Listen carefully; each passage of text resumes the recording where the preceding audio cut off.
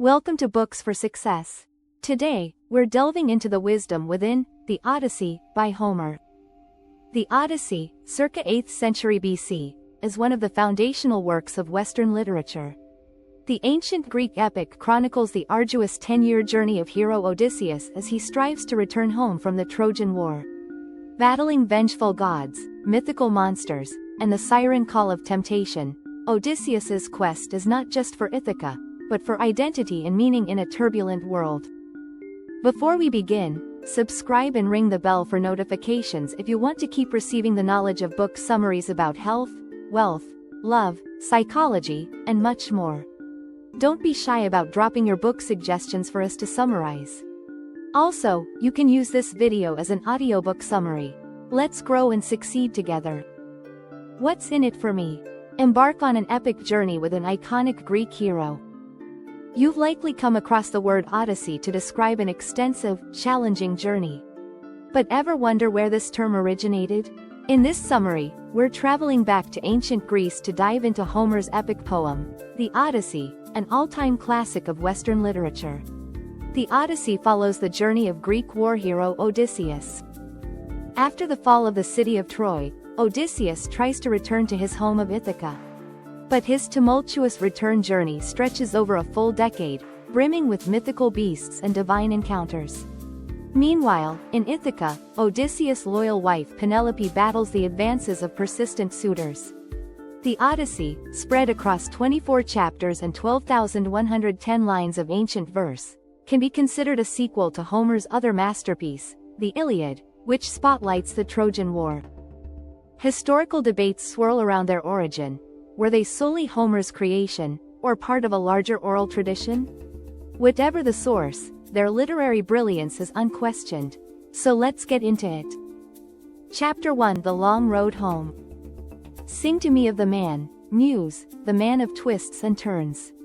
In the tradition of classic epics, Homer's Odyssey begins by invoking the Muse. He asks her to tell of Odysseus, the crafty Greek hero who endured many trials while returning home after the Trojan War.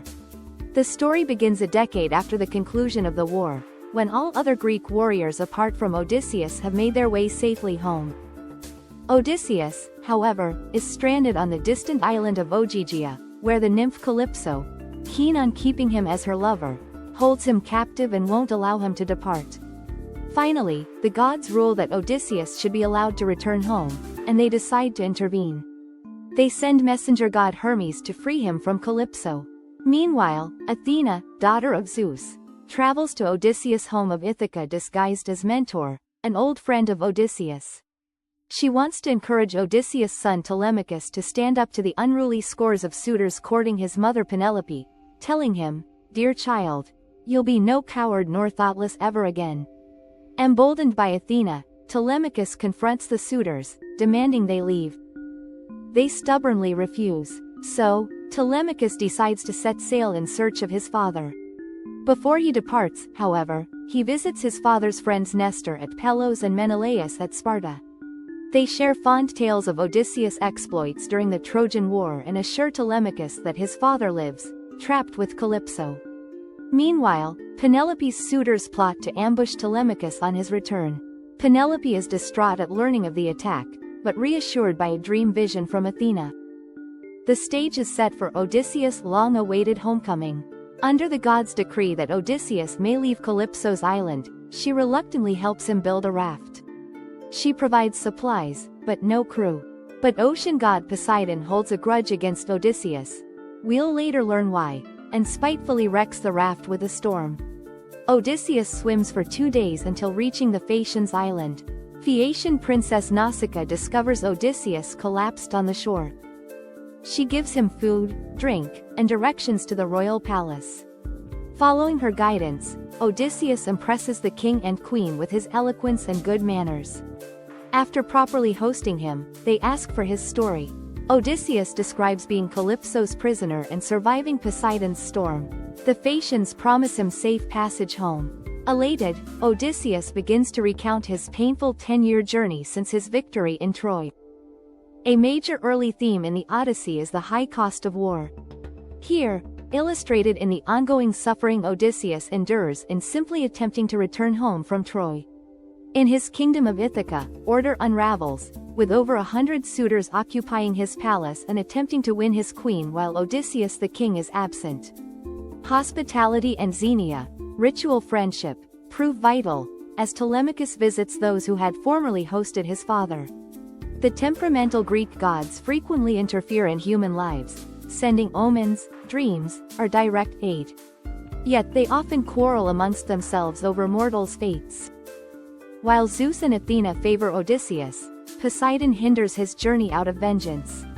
Odysseus himself displays his signature craft, cunning and warrior spirit, in each challenge. But the Nostos, his long and painful homecoming voyage, continues to be delayed by misfortune and the whims of gods and men.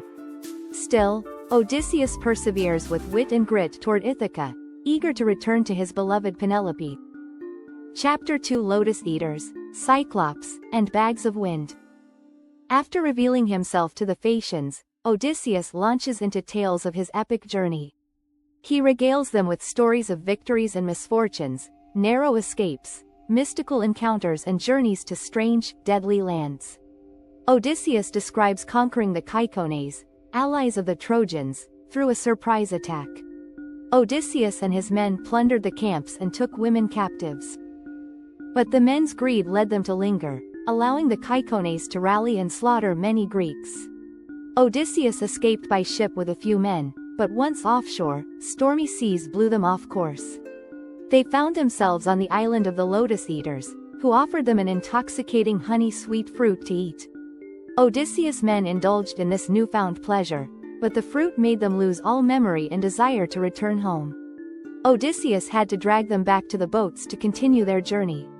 Next, the men arrived in the land of the lawless, one-eyed giants called the Cyclops. Odysseus assembled a scouting party and found a cave filled full of cheeses, milk and sheep. But they lingered too long and found themselves trapped by the Cyclops Polyphemus, who began eating Odysseus' men. Escape seemed impossible until Odysseus devised a cunning plan to get the giant drunk. He then blinded the one-eyed monster with a sharpened stick, allowing his men to escape while tied to the bellies of sheep. Unfortunately, however, Polyphemus was the son of none other than the ocean god Poseidon, who developed a heavy grudge against Odysseus. Next, Odysseus landed on the island of Aeolus, god of the winds. He and his men enjoyed a month of hospitality. Aeolus even gave Odysseus a bag containing all the winds to propel his ships home to Ithaca. It worked. For 9 whole days I sailed, and on the 10th our homeland showed, and we could see men tending fires, Odysseus tells his Phaeacian hosts. But on the 10th day, Odysseus' nosy crew opened the bag of winds, releasing a storm that blew them back to Aeolus. Angry at the wasted gift, Aeolus refused to give them further aid. Odysseus' retellings of his epic adventures are some of the best-known parts of the Odyssey. Trying to make it back to Ithaca, he must battle temptation, stormy seas and one-eyed monsters. He loses many of his men to bad decisions, greed and cowardice. But time and time again Odysseus also proves himself to be a real hero, demonstrating cunning and courage in overcoming obstacles. Even in the face of major setbacks, Odysseus remains stoic. His overarching goal remains to complete the Nostos, the long, winding journey home. His ultimate goal is to restore order in his kingdom Ithaca. As Odysseus recounts his larger-than-life travels, suspense builds. But there is still more to his epic travel story. Giants, sirens and 6-headed sea monsters. After leaving Aeolus Island, Odysseus and his crew were forced to row aimlessly onward. Chapter 3 Giants, Sirens, and 6-headed sea monsters. Soon they arrived at the island of the monstrous Laestrygonians, cannibalistic giants standing as tall as cliffs. To the Greeks' horror, the Laestrygonians brutally attacked their fleet with massive boulders and spears. They crushed most of the ships and devoured the men like fish. Only Odysseus, with his single ship and crew, escaped the onslaught. They got little respite. Next they landed on the misty Isle of Aiaia, inhabited by the enchantress Circe. She lured Odysseus' scouting party into her palace where she drugged them and transformed them into grunting swine. Only one of them, Eurylochus, managed to flee back to the ship to warn the others. Luckily, the god Hermes came to Odysseus' aid, giving him a herb that would protect him from Circe's magic. At sword point, Odysseus forced Circe to reverse her spell, quite possibly in exchange for sexual favors. Circe purified the men and for the next year provided generously for them while Odysseus slept in her bed.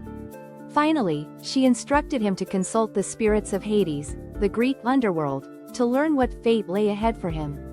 Odysseus packed up his things and traveled to the edge of the world. There he performed a ritual that Circe taught him to summon the underworld spirits. A dead member of his crew, fallen heroes from the war, and his own deceased mother appeared to him. A blind prophet named Tiresias foretold the rest of Odysseus' arduous journey.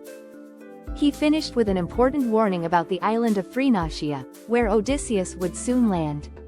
If you harm the cattle, ruin awaits you all.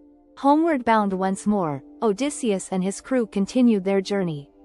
First they had to steer past the enchanting sirens, luring sailors to shipwreck with irresistible song. Odysseus filled his men's ears with beeswax and instructed them to tie him to the masts so he could listen to the sirens' song unharmed. Next, Odysseus had to swiftly navigate through deadly clashing rocks, which threatened to smash his ship to bits. He also had to sail past six-headed sea monster Scylla to avoid the deadly whirlpool Charybdis. Better by far to lose 6 men and keep your ship than lose your entire crew, he reasoned. Odysseus overcame these lethal risks through skill and wit. But on Thrinacia, the island of Helios, the sun god, Odysseus' crew foolishly defied warnings and slaughtered the sacred cattle for food, sealing their fates. Zeus destroyed their ship with lightning, killing all but Odysseus. But even now, alone and without resources, our hero remained determined to return home. In this part of the story, Odysseus confronts his own mortality. Conversing with spirits like his mother and fallen comrades puts his struggles in perspective, underscoring the epic's themes of nostalgia, grief and war. Tiresias' prophecy once more highlights the important role of gods in Odysseus' fate as his success hinges on obeying divine commands. Back at sea, Odysseus' cunning saves him and his crew several times. But in Thrinacia, his men's hungry greed for the sacred cattle leads them to doom. True to a classic Greek tragedy, Odysseus now remains the sole survivor of the Nostos, destined for an epic finale. Chapter 4 Return to Ithaca. Having heard Odysseus' epic account, the Phaeacians provide him transport home to Ithaca as promised. Finally, back on Ithaca, Odysseus is disguised as a beggar by the goddess Athena so he can go unrecognized while seeking information. He is welcomed by his loyal swineherd Eumaeus, although Eumaeus doesn't realize his master's true identity. Later, Odysseus is happily reunited with his son Telemachus. Athena lifts his disguise so his son might recognize him and the pair make a plan to defeat Penelope's suitors. Meanwhile, the suitors plot to assassinate Telemachus, who has ordered them to leave and cease harassing his mother, but they decide to postpone the plan until they have had a chance to consult the gods about it properly. Meanwhile, Odysseus, still in disguise, heads to town with Eumaeus and Telemachus. On the way, he is recognized by his old dying dog Argos. Odysseus must fight to hold back the tears so as to keep his disguise intact. In the palace hall, an arrogant suitor named Antinous hurls a stool at the disguised Odysseus, who struggles to keep his temper. But a little later, the suitors goad Iris, another vagrant, to fight Odysseus in his beggar disguise. Odysseus easily prevails, knocking out Iris. Penelope appears before the suitors, stunningly beautiful thanks to Athena's help. She rebukes the suitors for permitting the fight between beggar and vagrant. Tensions between the disguised king and the suitors rise as confrontation looms. But Odysseus still keeps his identity hidden. He and Telemachus stick to their plan to reclaim the palace through restraint and cunning, rather than force. After many trials, Odysseus has finally returned home. But to restore order in Ithaca, he must patiently conceal his identity and gather intelligence. Deception and disguises become key themes as victory nears. Despite his long absence, Odysseus finds hospitality and loyalty still alive in his hometown. Figures like Eumaeus, Telemachus and his aged dog prove faithful to the old king. Even when provoked, Odysseus' heroic restraint and stoicism endure against the arrogant suitors. As the epic climax draws close, Homer also skillfully builds tension by cutting between the main plot and side stories such as Poseidon's vengeful wrath against the Phaeacians, where he turns the ship that transported Odysseus to stone upon its return to the Phaeacian port. But finally, after long delays, the stage is fully set for Odysseus to reclaim his throne and reunite with Penelope. Chapter 5: The Final Battle. Before the final battle, Odysseus privately tells Penelope that he is her husband returned. But she doubts him. "Oh, my husband, I yearn to see you so much, but I cannot yet believe that this is real." Soon after, Penelope announces a grand contest to choose a suitor. The task is to string Odysseus' old bow and fire an arrow through the center hole of 12 axe heads. Odysseus approves the plan, plotting his own attack around it. He spends a restless night worrying about the impending battle, but is encouraged by Athena's assurance of victory. On the day of the contest, the arrogant suitors continue their abusive behavior, and yet they all fail the bow challenge. Odysseus appears once more in disguise, easily stringing the weapon, and shoots his very first arrow through all 12 axes. He then joins Telemachus to face the suitors in battle, announcing himself. "You dogs, you never imagined that I'd come back from the land of Troy." He turns his bow on Antinous, then Eurymachus. Soon, with help from loyal servants and Athena, Odysseus slays all the suitors.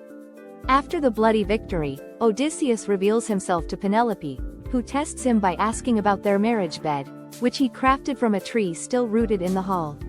Reassured by his correct answer, she accepts him joyfully. In Hades, Hermes leads suitors' ghosts past legendary Greek war heroes like Achilles and Agamemnon. Back on Ithaca, Odysseus stages a fake feast so neighboring towns don't discover the killings. He then journeys to find his aged father Laertes living humbly on a farm. After an emotional reunion, they are nearly attacked by kin of the dead seeking vengeance. But mentor Athena intervenes. "Hold back now, men of Ithaca, from combat geared for war." She restores peace. After 20 years of suffering and misfortune, 10 at war and 10 at sea, Odysseus' thirst for vengeance is finally sated. His epic journey is complete and order and harmony are restored in Ithaca. After all those trials and delays, the payoff is even more satisfying. And so Homer's epic poem culminates in a definitive triumph of good over evil. Hero Odysseus and his loyal followers beat the abusive, impious suitors who have besieged the palace. Odysseus exemplifies the ancient Greeks' ideals of masculinity, strength and martial valor. He's kind and restrained, but furious in battle. As one of the foundational works of Western literature, Homer's Odyssey stands as an exemplary tale of struggle, transformation and homecoming that still profoundly inspires art and storytelling today. Final words. The Odyssey is an all-time classic of Western literature. Set in ancient Greece, it tells of the harrowing journey of war hero Odysseus who must return home to Ithaca after the Trojan War. For 10 years, storms, vengeful gods, alluring temptations like the sirens and lotus eaters, and his own flawed crew keep Odysseus from Ithaca. Meanwhile, in Ithaca, a mob of arrogant, gluttonous suitors besieges his faithful wife Penelope. Guided by the goddess Athena, Odysseus perseveres through many adventures and misfortunes. Finally, he slays the vulgar suitors in an epic battle, is reunited with his wife and son, and restores order to his kingdom after 20 long years. Thanks for being part of our insightful voyage. If our summary piqued your interest, we encourage you to dive into the complete book for a deeper understanding. Don't forget to like this video, subscribe for more content if you're new here, and share it with others who might find it valuable. Keep on reading, discovering, and advancing until our next adventure.